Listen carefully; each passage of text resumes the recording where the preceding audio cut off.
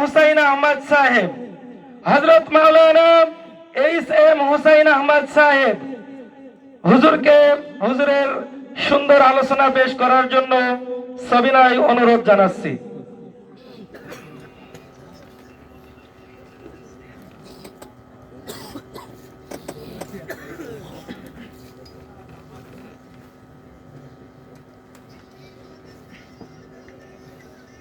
السلام عليكم ورحمة الله تعالى وبركاته. وعليكم السلام ورحمة الله وبركاته. السلام عليكم ورحمة الله تعالى وبركاته. وعليكم السلام ورحمة الله وبركاته. Microphone ঠিক আছে?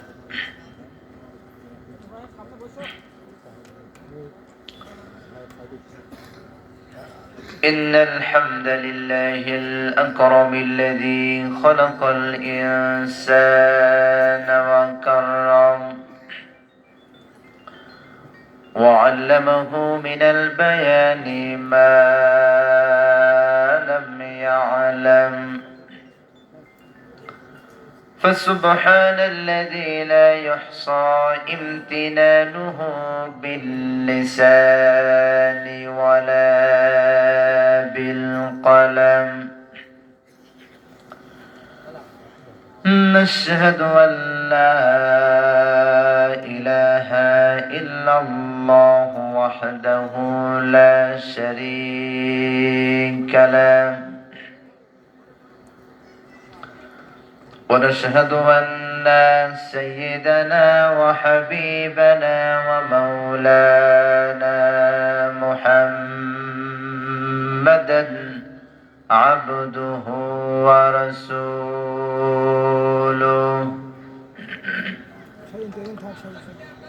الذي أرسله بالحق بشيرا ونذيرا وداعيا إلى الله بإذنه وسراجا وقمرا منيرا فقد قال الله تعالى في كلامه المجيد وفرقانه الحميد সকলে জবান খুলে বলুন আউযু বিল্লাহি মিনাশ শাইতানির রাজিম বিসমিল্লাহির রাহমানির রাহিম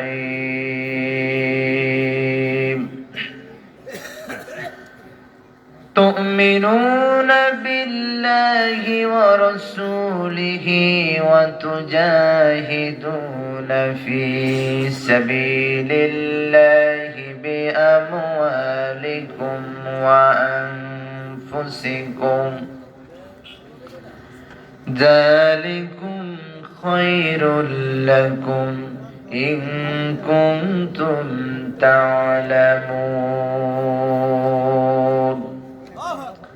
وقال تعالى إن الله وملائكته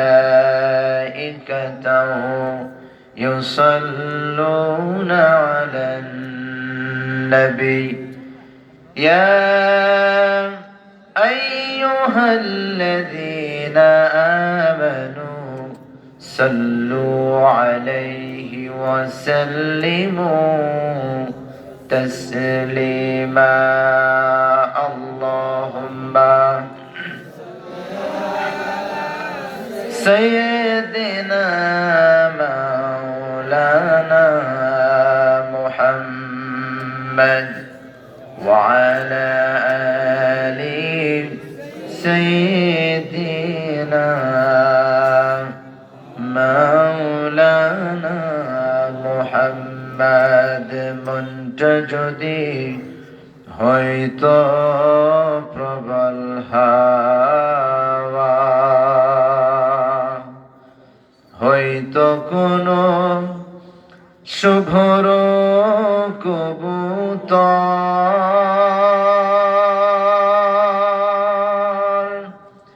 মেঘের ডানায় পাঠিয়ে দিতাম মদিনার পথে, যেথায় আমার প্রিয় নবী ঘুমাই নিরন্তর, যেথায় আমার প্রিয় নবী ঘুমাই নিরন্তর।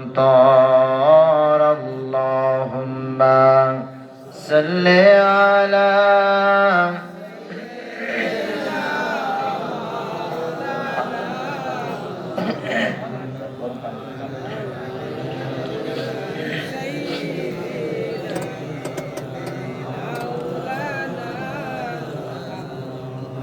দাও খোদা দাও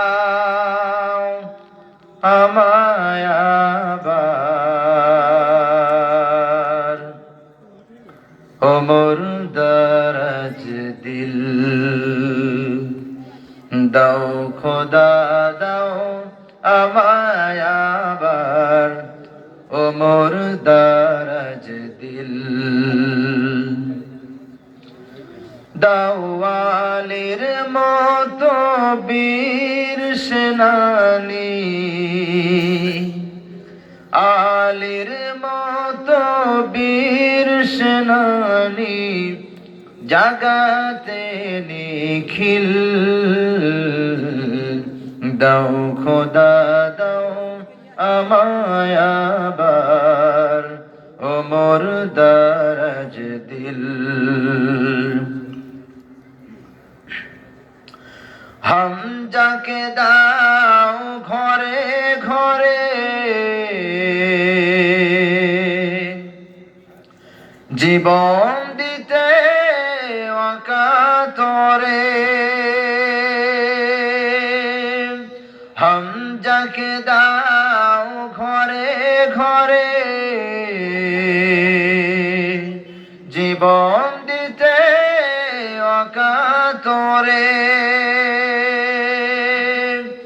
আবার কাবা ভাঙতে এলে, আবার কাবা ভাঙতে এলে পাঠাওয়া বাবিল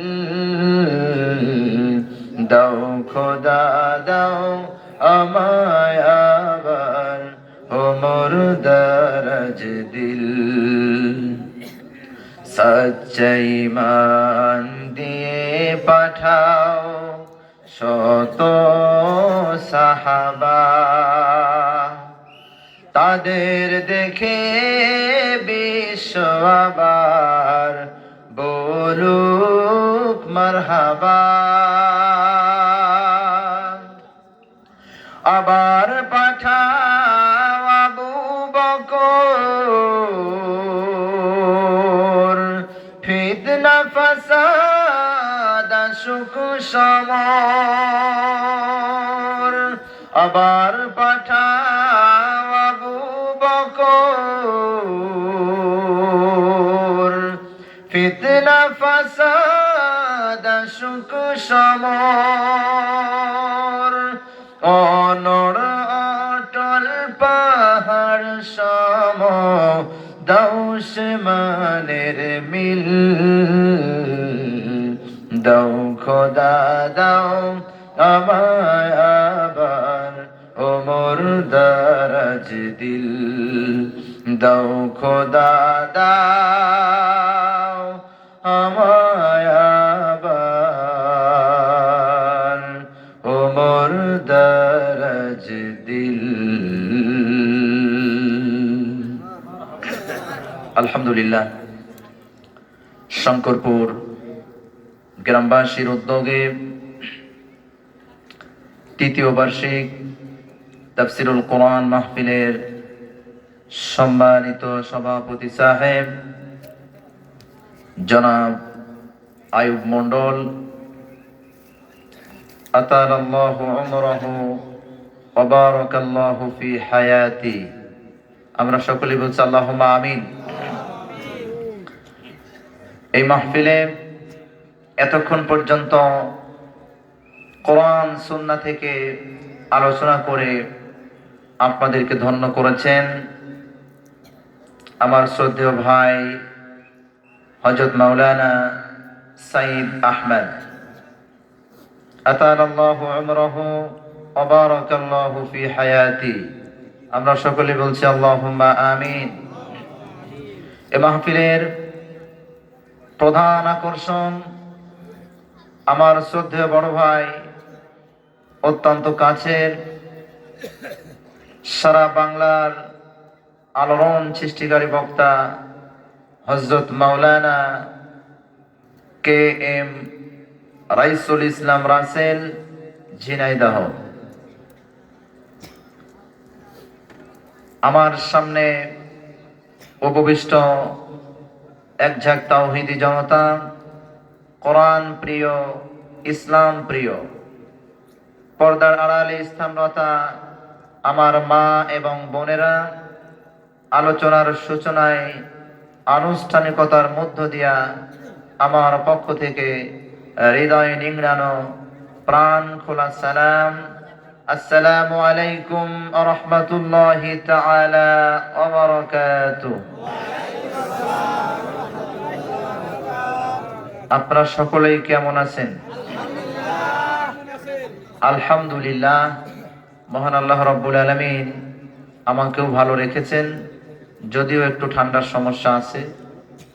মানুষের রোগ শোক এটাও কিন্তু মহান রবের পক্ষ থেকে একটি বিশাল বড় নিয়ামত, ঠিক কিনা?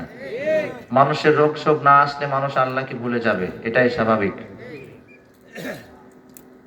তো মহান আল্লাহ রাব্বুল আলামিনের দরবারে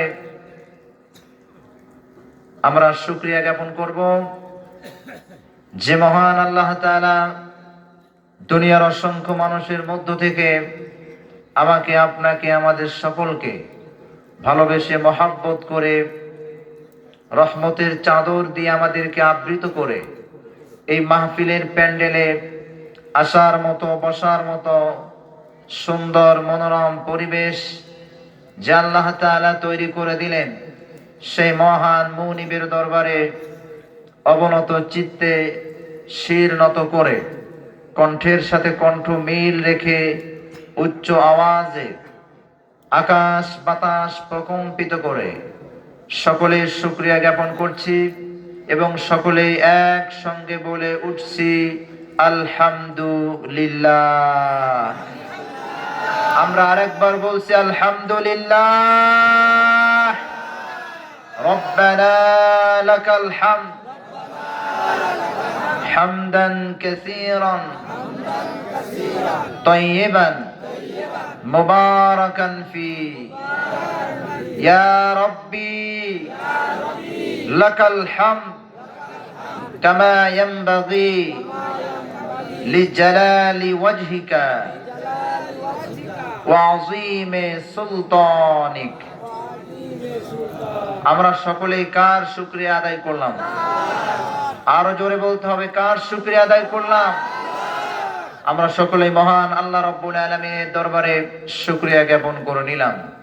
সাথে সাথে বিশ্ব মানবতা মুক্তির দূত সাইয়্যিদুল মুরসালিন রাহমাতাল লিল আলামিন, সর্বকালের, সর্বযুগের সর্বশ্রেষ্ঠ মহামানব, খাতামুন নবিয়্যিন রাহমাতাল লিল আলামিন, সেই বিশ্ব নবীর শানে দরুদ ও সালাম পেশ করছি। আমরা সকলে জবান খুলে বলছি সাল্লাল্লাহু আলাইহি ওয়াসাল্লাম। আসলে দীর্ঘদিন, দীর্ঘ 16টি বছর এই সুন্দর কোরআনের মাহফিলগুলি আপনারা ঠিকঠাক মতো আয়োজন করতে পারেননি, ঠিক কিনা? সারা বাংলার সমস্ত আলেম সমাজ প্রাণ খুলে কোরআন সুন্নাহ থেকে কথা বলবে, সেই সাহস, সেই শক্তি কারো হয় নাই, ঠিক কিনা? মহান আল্লাহ রাব্বুল আলামিন বিশাল বড় একটি দানব নামক জালেমের হাত থেকে গোটা বাংলার জমিনকে হেফাজত করেছেন। আমরা সকলে বলছি আলহামদুলিল্লাহ। মানুষ এখন বাক স্বাধীনতা ফিরে পেয়েছে, মানুষ তার নিজের ব্যক্তিগত স্বাধীনতা ফিরে পেয়েছে, মানুষ ইসলাম সম্পর্কে, কোরআন সম্পর্কে কিছু কথা বলবে, শুনবে, সেই সুযোগ মানুষের সামনে এসেছে, ঠিক কি না? একটি মাহফিল আয়োজন করতে গিয়ে এমনও নজির আছে, দিনের পর দিন থানায় যাওয়া লেগেছে, দিনের পর দিন চেয়ারম্যান, মেম্বার, পাতি নেতার পেছ পেছ দৌড়ায়, শেষ পর্যন্ত মাহফিল করতে সম্ভব হয়নি, ঠিক কি না? কিন্তু আমরা এখন এমন একটি পরিবেশ পেয়েছি, যেই পরিবেশে কোরআনের কথা বলতে, মাহফিল করতে আর কোনো বাধা নিষেধ নাই, ঠিক কি না? এটি কে করেছেন? আসতে বলবেন না, কে করেছেন? আল্লাহ তাআলা আমাদের সেই ব্যবস্থা করে দিয়েছেন। আমরা মহাগ্রন্থ আল কোরআনুল কারীম থেকে ছোট্ট একটি আয়াতি কালিমা তেলাওয়াত করেছি। আমরা আর ভূমিকায় না যে মূল আলোচনায় আমরা চলে যাচ্ছি। তবে শয়তানের ওয়াসওয়াসা থেকে মহান রবের কাছে পানাহ চেয়ে আমরা মূল আলোচনার দিকে যাচ্ছি। আমরা সকলেই জবান খুলে পড়ছি, আউযু বিল্লাহি মিনাশ শাইতানির রাজিম, বিসমিল্লাহির রাহমানির রাহিম। ইয়া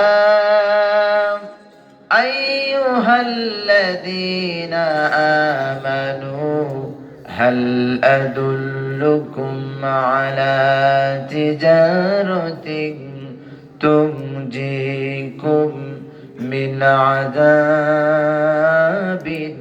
আলীম।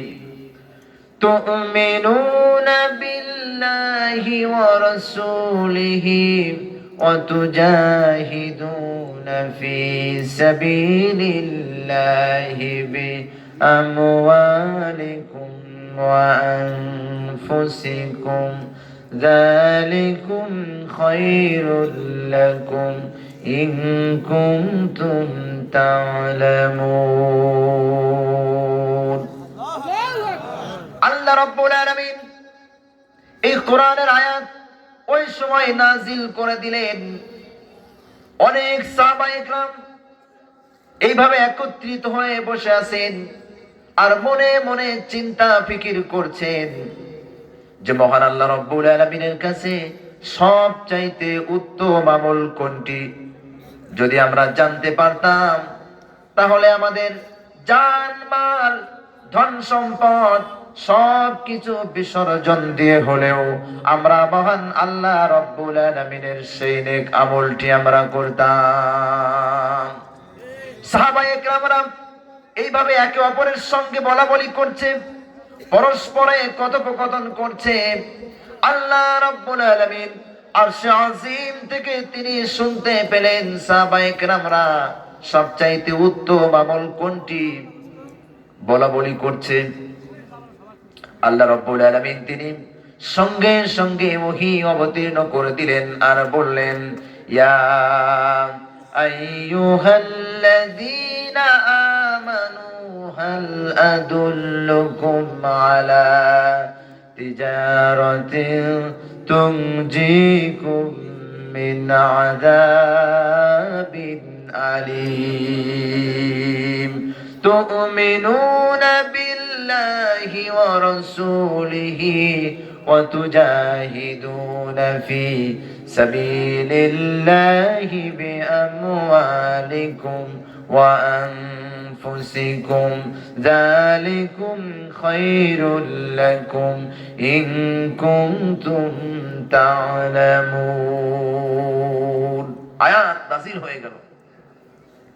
আল্লাহ রাব্বুল আলামিন তিনি বলছেন, হে ঈমানদারেরা, আমি কি তোমাদের এমন একটি ব্যবসার কথা বলবো না যেই ব্যবসা করলে তোমরা জাহান্নামের আগুন থেকে তোমরা পানাহ পেয়ে যাবে, নাজাত পেয়ে যাবে। জোরে কোন সুবহানাল্লাহ। অর্থাৎ আল্লাহ তাআলা তিনি বলবেন যে জাহান্নামের আগুন থেকে কোন ব্যবসা করলে পারে পরিত্রাণ পাওয়া যায়। এটা আল্লাহ তাআলা তিনি তার বান্দাদেরকে, ঈমানদারদেরকে তিনি বলতে চান।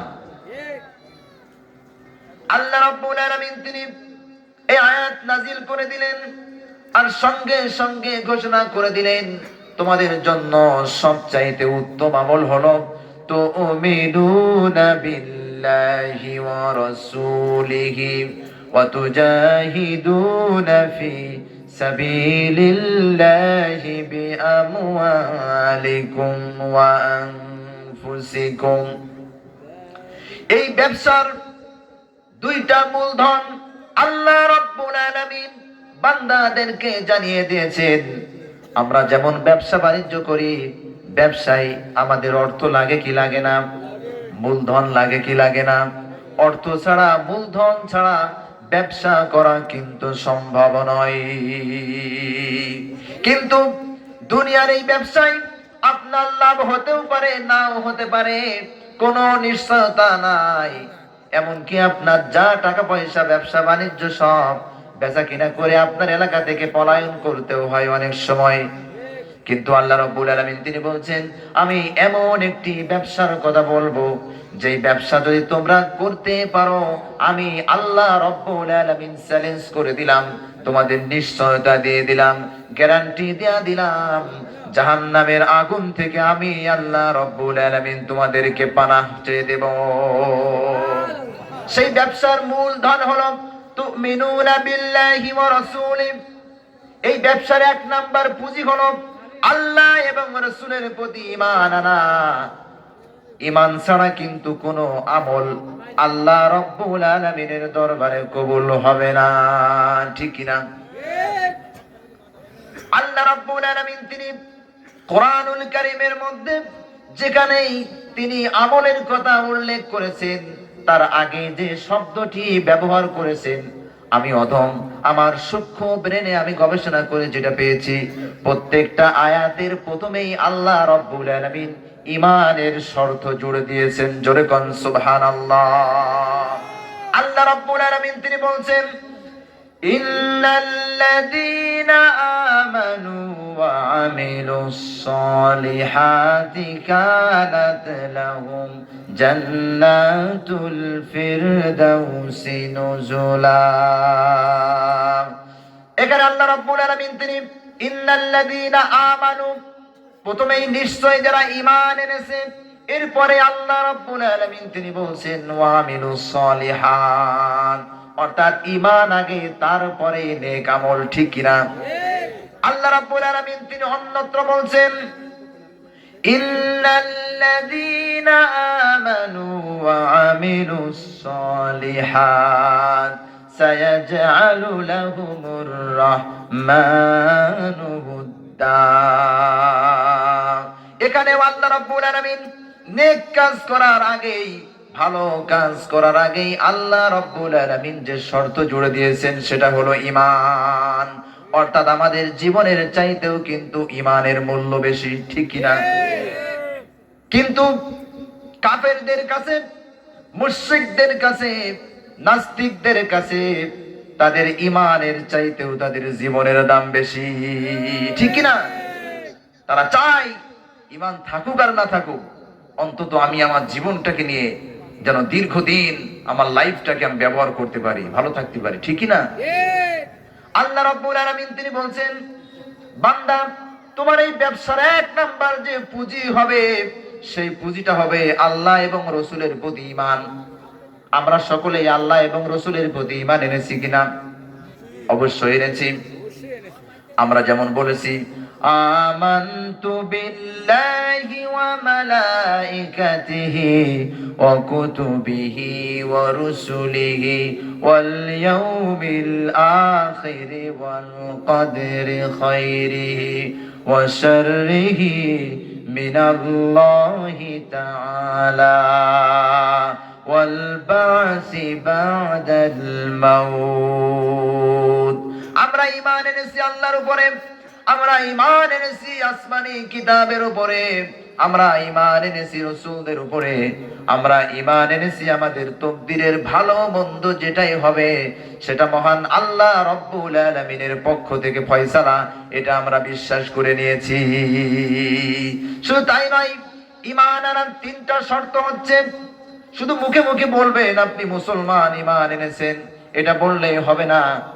ঈমান আনার মূলত তিনটা পয়েন্ট রয়েছে, শর্ত রয়েছে। এক নাম্বার হলো আপনি মুখে স্বীকৃতি দিবেন যে আমি আল্লাহ এবং রাসূলের প্রতি আমার ঈমান আছে, বিশ্বাস আছে। দুই নাম্বার হলো অন্তর থেকে বলতে হবে, অন্তরে বিশ্বাস স্থাপন করতে হবে। আর তিন নাম্বার যে পয়েন্ট সেটা হলো সেই অনুযায়ী বাহ্যিক দিক দিয়ে আপনাকে আমলে পরিণত করে দেখাতে হবে যে আপনি একজন মুসলমান।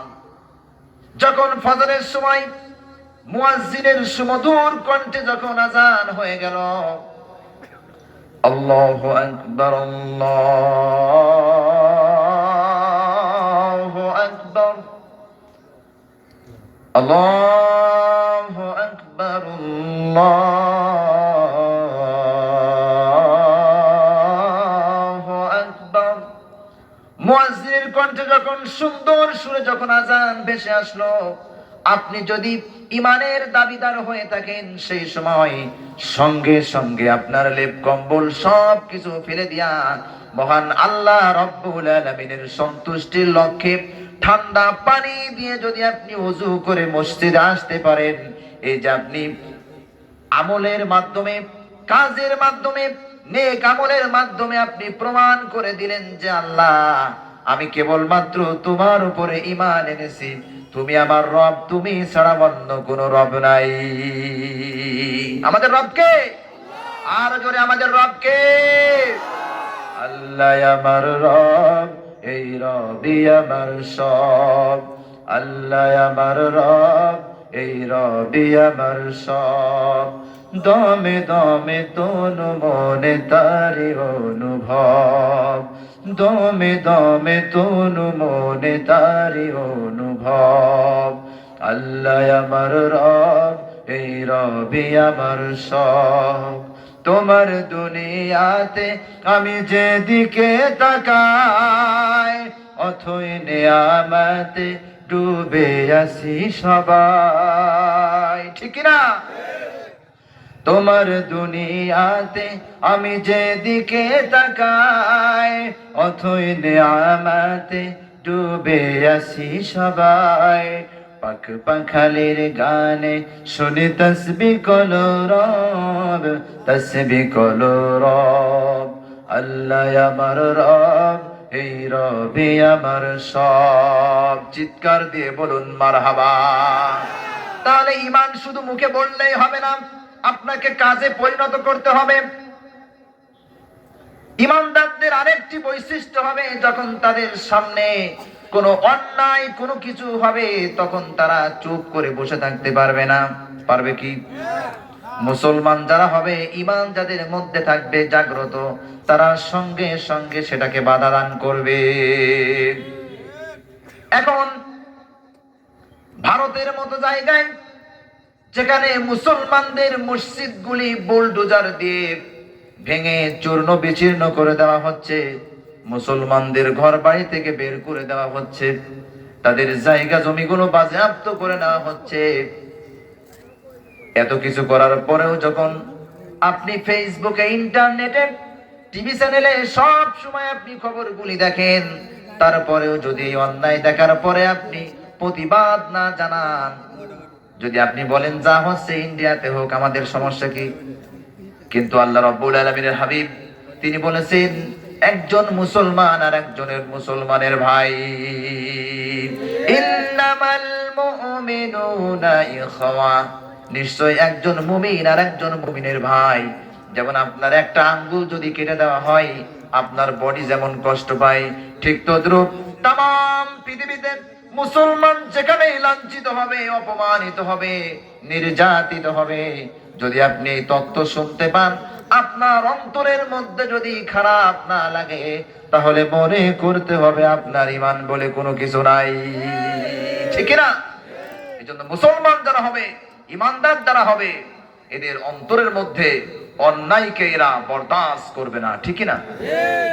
আল্লাহ রাব্বুল আলামিনের হাবিব তিনি বলছেন, হাদিস, মান রাআ মিনকুম মুনকারান ফালইউগাইয়িরহু বিয়াদিহি ফাইন লাম ইয়াস্তাতি' ফাবিলিসানিহি ফাইন লাম ইয়াস্তাতি' ফাবিকলবিহি ওয়া যালিকা আযাফুল ঈমান। যেমন দুনিয়াতে দুধ মাপার জন্য একটি মিটার আছে, কোনো কিছু ওজন করার জন্য যেমন পাল্লা বা মিজান, দাড়ি পাল্লা যাই বলেন না কেন আছে, এইভাবে আল্লাহ রাব্বুল আলামিনের হাবিব জনাবে মুহাম্মাদুর রাসূলুল্লাহ সাল্লাল্লাহু আলাইহি ওয়াসাল্লাম তিনি বলেন, মানুষের ঈমান মাপারও কিন্তু একটা যন্ত্র আছে।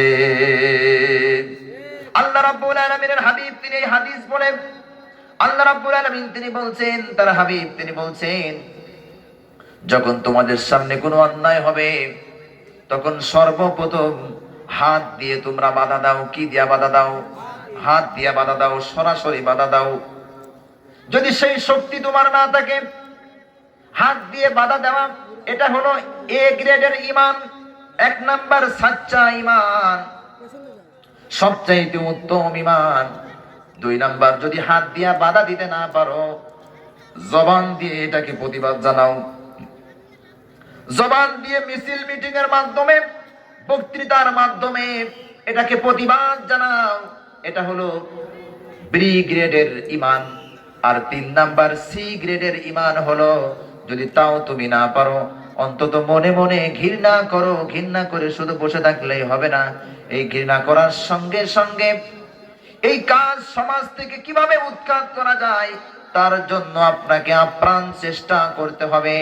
আর এটা হলো ঈমানের একেবারে সি গ্রেড।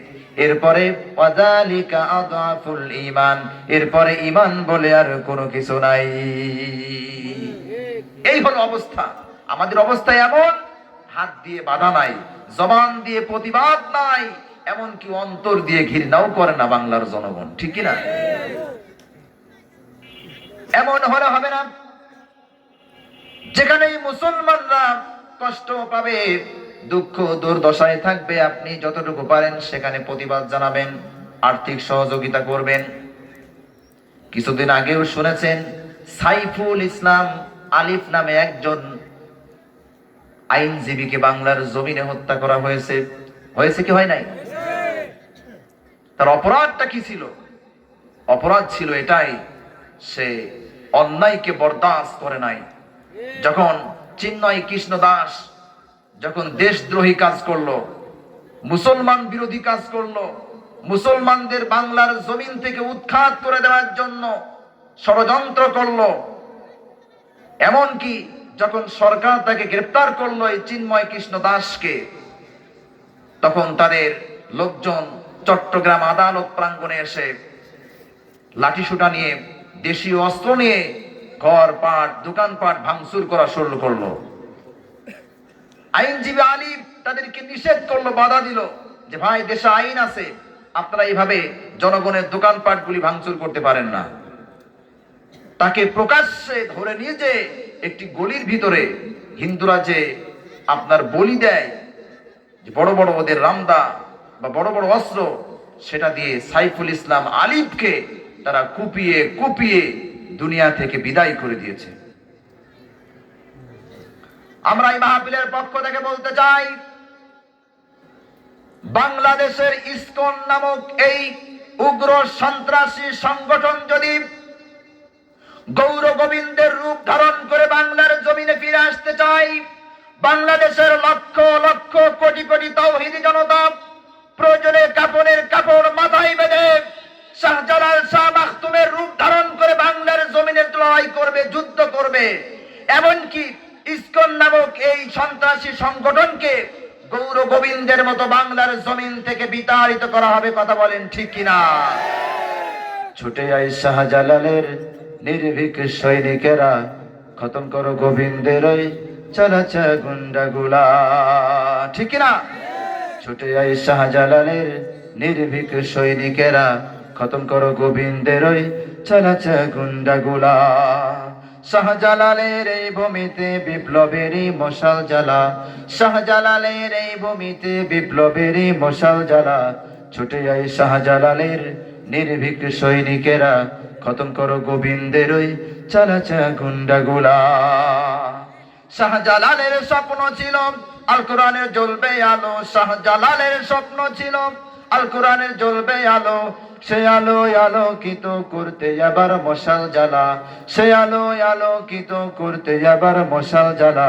ছুটে যায় শাহজালালের নির্ভীক সৈনিকেরা, খতম করো গোবিন্দের ওই চালাচ্ছে গুন্ডাগুলা। ঠিক না? এজন্য আমার আপনার এমন ঈমান হতে হবে যেই ঈমানের সামনে কোনো অন্যায় দেখলে বাধা সৃষ্টি করবে, বরদাস্ত করবে না। এটা হলো এ গ্রেডের ঈমান।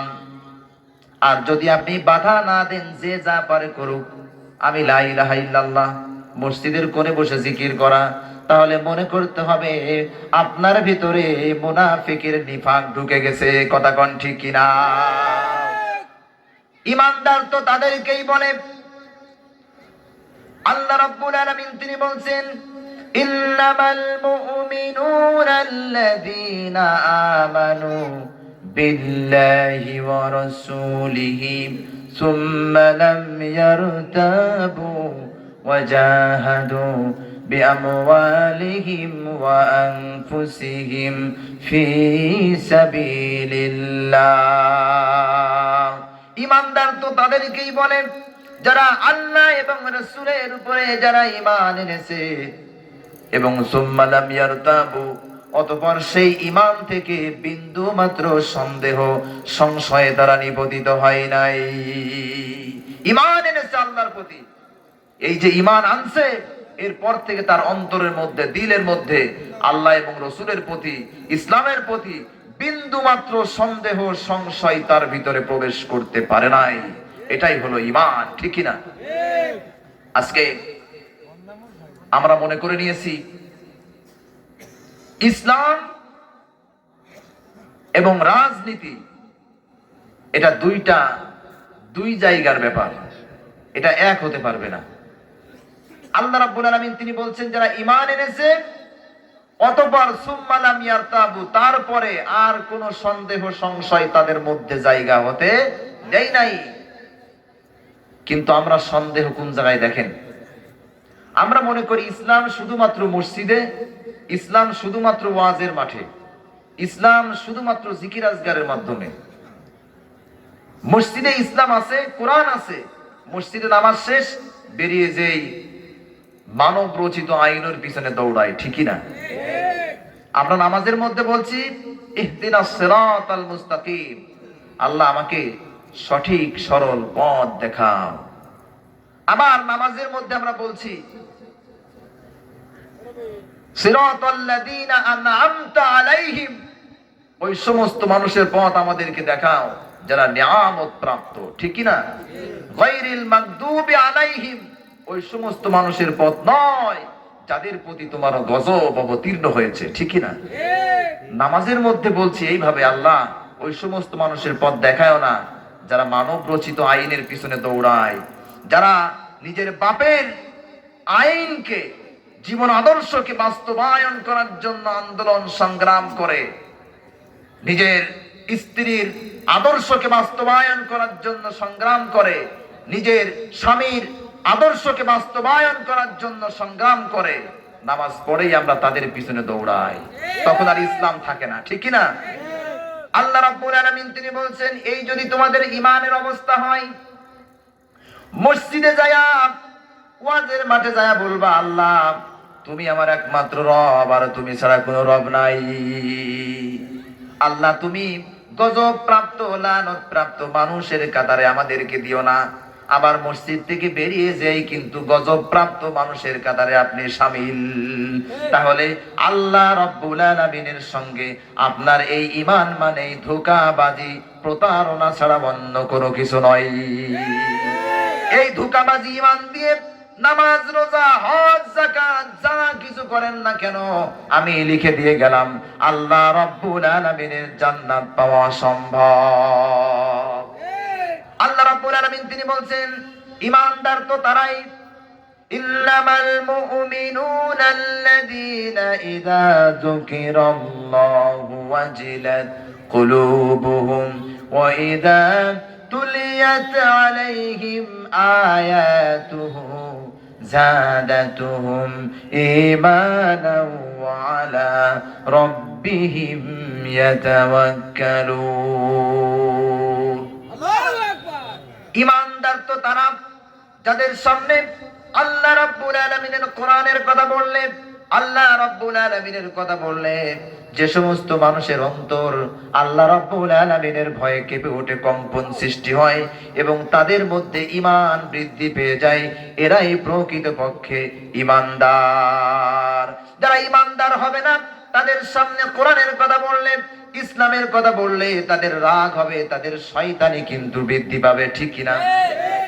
আর যারা ঈমানদার তাদের ভিতরে আল্লাহ রাব্বুল আলামিনের ভালোবাসা জন্মাবে। আরেকটু কোরআনের কথা হোক, ভালোই লাগছে, আরেকটু কোরআন তেলাওয়াত শুনি, একটু পরে যাই, তাহলে মনে করতে হবে আপনার ভিতরে ঈমান এখনো জিন্দা আছে। আর যদি কোরআনের কথা, আল্লাহ রাব্বুল আলামিনের কথা আপনার সামনে যখন হবে, যদি আপনার মনে হয় ভালো লাগে না, কি কয় কিছুই বুঝি না, এর কোরআনের আয়াত তো কোনো কিছু ভালো লাগে না, এর চাইতে মমতাজের গান শুনলে ভালো হতো, এমন মানুষ আছে না নাই? সে আস্তে করে মঞ্চ থেকে চলে যাবে, প্যান্ডেল থেকে চলে যাবে, কেননা ওর ভিতরে যে নিফাক রয়েছে, শয়তানি রয়েছে, ওর শয়তানি কিন্তু বেড়ে যাবে, আর ঈমানদারদের ঈমান বেড়ে যাবে। কার কথা? আল্লাহ রাব্বুল আলামিন তিনি বলছেন, যারা ঈমানদার হবে, পাকা পোক্ত যারা ঈমান আনবে, এরাই কেবলমাত্র আমি আল্লাহ রাব্বুল আলামিনকে সবচাইতে বেশি ভালোবাসে। ওয়াল্লাযীনা আমানু আশাদ্দু হুব্বান লিল্লাহ। আল্লাহ রাব্বুল আলামিন তিনি বলেন, যারা প্রকৃতপক্ষে ঈমানদার তারাই সবচাইতে বেশি আমাকে ভালোবাসে। আল্লাহ রাব্বুল আলামিন অন্যত্র তিনি ঈমানদারদের সম্পর্কে বলছেন, ইন্নাল্লাযীনা ক্বালু রাব্বুনাল্লাহু সুম্মা ইসতাকামু তাতানাজ্জালু আলাইহিমুল মালায়েকা আল্লা তাখাফু ওয়া লা তাহজানু ওয়া আবশিরু বিল জান্নাহ। ঈমানদার তো তারা, ইন্নাল্লাযীনা ক্বালু রাব্বুনাল্লাহ, নিশ্চয়ই যারা বলে আমাদের রব আল্লাহ, এবং তার উপরেই যারা দৃঢ় থাকে, অবিচল থাকে। আল্লাহ রাব্বুল আলামিন তিনি বলছেন, এই সমস্ত পাকা ঈমানদারদের জন্য আমি আল্লাহ রাব্বুল আলামিন আরশে আজিম থেকে ফেরেশতাদের মাধ্যমে এদেরকে আমি সাহায্য করব, ঠিক না? ঈমান হতে হবে দৃঢ়। আপনার উপরে জেল, জরিমানা, মামলা হামলা, জায়গা জমি নষ্ট হওয়া, সন্তান বিনষ্ট হয়ে যাওয়া, ফসল নষ্ট হয়ে যাওয়া, যত কোনো কিছুই হোক না কেন, তারপরেও যদি আপনি আল্লাহ এবং রাসূলের প্রতি দৃঢ়ভাবে ঈমান নিয়ে টিকে থাকতে পারেন, তাহলে এই ঈমানটাই হলো আপনার জন্য দামি ঈমান। আল্লাহ রাব্বুল আলামিন তিনি বলছেন, ওয়ালা নাবলুওয়ান্নাকুম বিশাইইম মিনাল খাউফি ওয়াল জু' ওয়া নাকসিম মিনাল আমওয়ালি ওয়াল আনফুসি ওয়াত তামারাত ওয়া বাশশিরিস সাবিরিন। জোরে জোরে কর আল্লাহু আকবার। আল্লাহ রাব্বুল আলামিন তিনি বলছেন, ঈমানদারদেরকে আমি পরীক্ষা নেব, তাদের ভয় দিয়ে, খাদ্য না দিয়ে, কষ্ট দিয়ে, সন্তান বিনষ্ট করে, জমিতে ফসল না দিয়ে, রোগ শোক দিয়ে আমি আল্লাহ রাব্বুল আলামিন ঈমানদারদের ঈমান পরীক্ষা করব। আর হে রাসূল, আপনি সবরকারীদের জন্য জান্নাতের সুসংবাদ দিয়া দেন। ধৈর্য ধারণ করতে হবে। ঈমান যাদের আছে তারা ধৈর্য ধারণ করে, সবর করে, ঠিক না? আমার মা বোনদের প্যান্ডেলে জায়গা হচ্ছে না শুনলাম, আপনারা সকলে একটু সামনে আগে আগে আসুন। আমার মা বোনদেরকে লক্ষ্য করে বলছি, একটু আপনারা সকলের সামনে আগে আগে আসুন, এবং আমরা যারা ভাইরা আছি আমার সামনে, এই সমস্ত ভাইদেরকে আমি বলছি, আপনারা একটু কষ্ট করে সামনে একটু আগে আগে আসুন, একটু জিকির করেন লা ইলাহা, একটু আগে আসেন, লা ইলাহা ইল্লাল্লাহ লা ইলাহা ইল্লাল্লাহ। আসমানের মালিক যে আল্লাহ, জমিনের মালিক সে আল্লাহ, বলো লা ইলাহা ইল্লাল্লাহ, বলো লা ইলাহা ইল্লাল্লাহ, বলো লা ইলাহা ইল্লাল্লাহ। লা ইলাহা ইল্লাল্লাহু মুহাম্মাদুর রাসূলুল্লাহ। তাহলে যারা আল্লাহকে আল্লাহ বলে মেনে নিয়েছে, রসুলকে রসুল বলে মেনে নিয়েছে, এবং আল্লাহর উপরে রসুলের উপরে ঈমান আনার পরে যারা দৃঢ় থেকেছে, কেমন দেখেন আব্দুল উজ্জার নাম আপনারা সকলেই শুনেছেন, আব্দুল্লাহ জুল বাজাদাইন।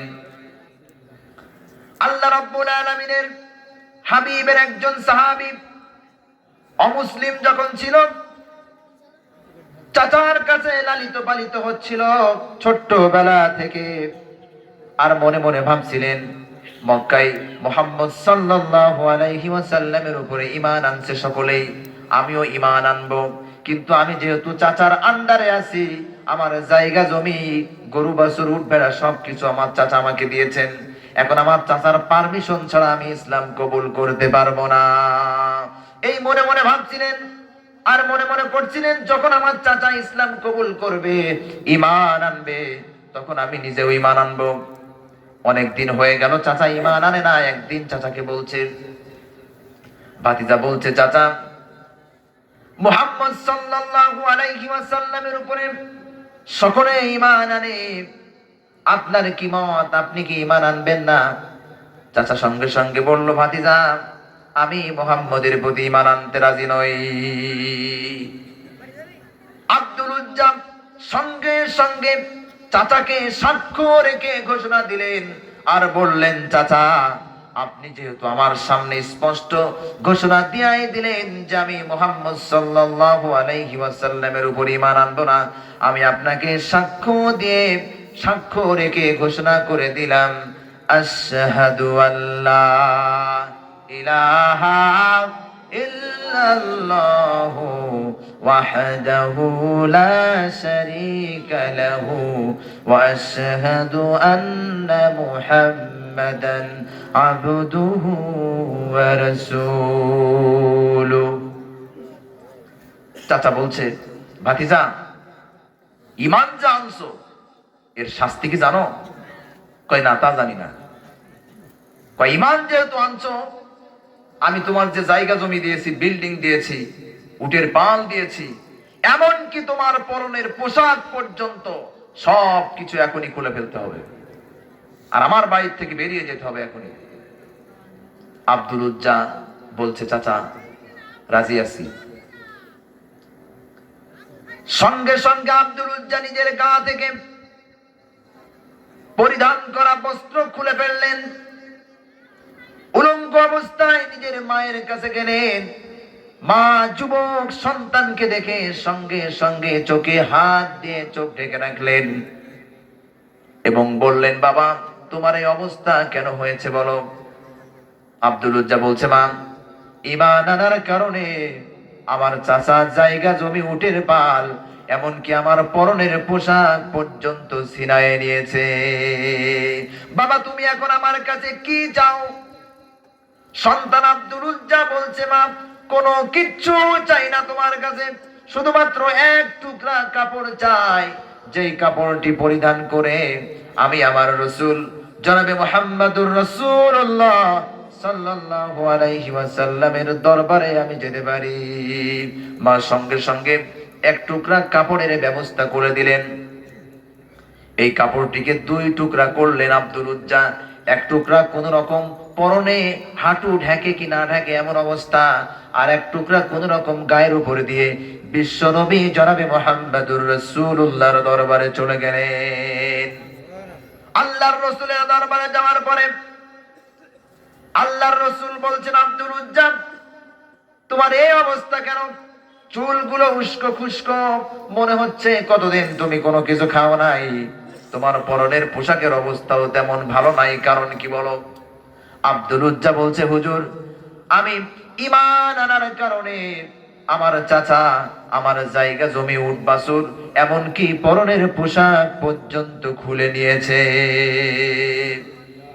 আল্লাহ রাব্বুল আলামিনের হাবিব জনাবে মুহাম্মদুর রাসূলুল্লাহ সাল্লাল্লাহু আলাইহি ওয়াসাল্লাম তিনি বললেন, আব্দুল উজ্জা তুমি যেহেতু ইসলাম কবুল করেছো, তোমার নাম আজ থেকে আব্দুল উজ্জা নয়, তোমার নাম আজ থেকে রেখে দিলাম আব্দুল্লাহ। আল্লাহ রাব্বুল আলামিনের হাবিব জনাবে মুহাম্মদুর রাসূলুল্লাহ সাল্লাল্লাহু আলাইহি ওয়াসাল্লাম তার পরনে 2 টুকরা কাপড় থাকার জন্য আব্দুল্লাহর নামের শেষে নকব যোগ দেয়া দিলেন, সেটা হলো জুলবাজাদাইন। আব্দুল্লাহর নাম হয়ে গেল আজ থেকে আব্দুল্লাহ জুলবাজাদাইন। আল্লাহ রাব্বুল আলামিনের হাবিব জনাবে মুহাম্মদুর রাসূলুল্লাহ সাল্লাল্লাহু আলাইহি ওয়াসাল্লাম আসহাবে সুফফার সাহাবায়ে কিরামদেরকে ডেকে বললেন, সাহাবারা শোনো, এই আব্দুল্লাহকে কোরআন শিক্ষার ব্যবস্থা করো। তাকে কোরআন শেখানো হলো, একটু থাকার জায়গা তৈরি করে দেওয়া হলো। আব্দুল্লাহ অল্প কিছুদিনের মধ্যে কোরআন সুন্দর করে তেলাওয়াত শিখে গেল। কোরআন তেলাওয়াত এত জোরে জোরে আব্দুল্লাহ করে, আব্দুল্লাহর কোরআন তেলাওয়াতের জোরের আওয়াজের কারণে অনেক সাহাবায়ে কেরামরা ঘুমাতে পারেন না। একদিন হযরত ওমর রাদিয়াল্লাহু তাআলা আনহু আল্লাহর রাসূলের দরবারে এসে নালিশ করছেন, হুজুর আপনি কাকে আসহাবে সুফফার মধ্যে জায়গা করে দিয়েছেন? এই আব্দুল্লাহর কোরআন তেলাওয়াতের কারণে আমাদের কারো ঘুম হয় না। আল্লাহ রাব্বুল আলামিনের হাবিব জনাবে মুহাম্মদুর রাসূলুল্লাহ সাল্লাল্লাহু আলাইহি ওয়াসাল্লাম তিনি বললেন, ওমর শোনো, আব্দুল্লাহর ঈমান বড় দামি ঈমান, ঈমান আনার কারণে কোনো কিছু আনতে পারে নাই, তার কোরআন তেলাওয়াত করতে দাও, যত জোরে তেলাওয়াত করে করুক। জোরে কোন সুবহানাল্লাহ। ঈমানের পথে অবিচল থেকে আমার মরণ যেন হয়, ঠিক না? ঈমানের পথে অবিচল থেকে আমার মরণ যেন হয়, তোমারই কাছে মিনতি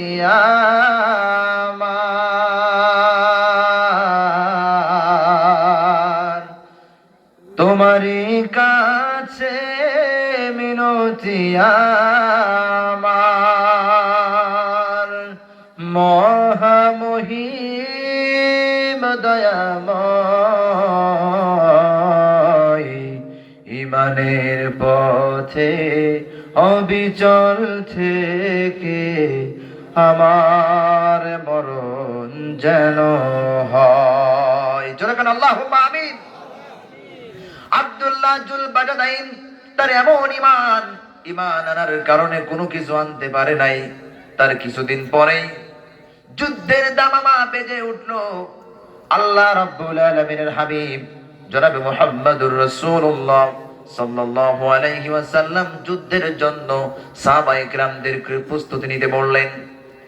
এমন সময় আব্দুল্লাহ জুলবাজাদাইন এসে বলছে, হুজুর, ইয়া রাসূলুল্লাহ, ইয়া হাবিবাল্লাহ, আমি যুদ্ধের ময়দানে যেতে চাই, আমাকে একটু যুদ্ধে যাওয়ার জন্য পারমিশন দেয়া দেন। আল্লাহ রাব্বুল আলামিনের হাবিব তিনি বললেন, আব্দুল্লাহ একটু গাছের বাকল নিয়ে আসো, ছাল নিয়ে আসো। আব্দুল্লাহ একটি গাছের বাকল নিয়ে আসলেন, ছাল নিয়ে আসলেন। আল্লাহ রাব্বুল আলামিনের হাবিব জনাবে মুহাম্মদুর রাসূলুল্লাহ সাল্লাল্লাহু আলাইহি ওয়াসাল্লাম তিনি এই গাছের ছাল আব্দুল্লাহর হাতে বেঁধে দিলেন, আর মহান রব্বুল আলামিনের কাছে মন খুলে প্রার্থনা করলেন আর বললেন, আল্লাহ আমি আমার আব্দুল্লাহর রক্ত কাফেরদের জন্য হারাম করে দিলাম। আব্দুল্লাহ বলছে, হুজুর আমি আপনার কাছে আসলাম জিহাদের ময়দানে যাওয়ার জন্য পারমিশন নেওয়ার জন্য, আমি যেতে চাই জিহাদের ময়দানে, আমি আমার নিজের জীবনটাকে আমি বিলিয়ে দিতে চাই, আর আপনি বলছেন আব্দুল্লাহর রক্ত কাফেরদের জন্য হারাম। কি আশ্চর্য কথা। আল্লাহ রাব্বুল আলামিনের হাবিব জনাবে মুহাম্মদুর রাসূলুল্লাহ সাল্লাল্লাহু আলাইহি ওয়াসাল্লাম তিনি বললেন, আব্দুল্লাহ শোনো, এই মুহূর্তে তুমি যদি রোগে শোকেও যদি মারা যাও, জ্বরেও যদি মারা যাও, তোমার মনে যেহেতু জিহাদের তামান্না রয়েছে, শহীদি তামান্না তোমার মধ্যে রয়েছে, তাহলে আল্লাহ রব্বুল আলামিন তোমাকে শাহাদাতের মৃত্যু হিসেবে কবুল করে নিবেন।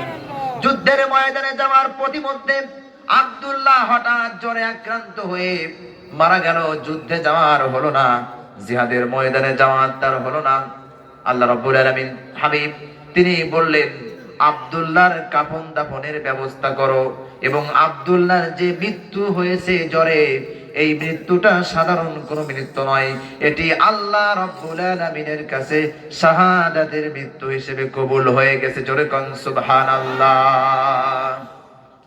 মরতে হবে যখন শহীদি মরণ দিও আমাকে, মরতেই হবে যখন শহীদি মরণ দিও আমাকে।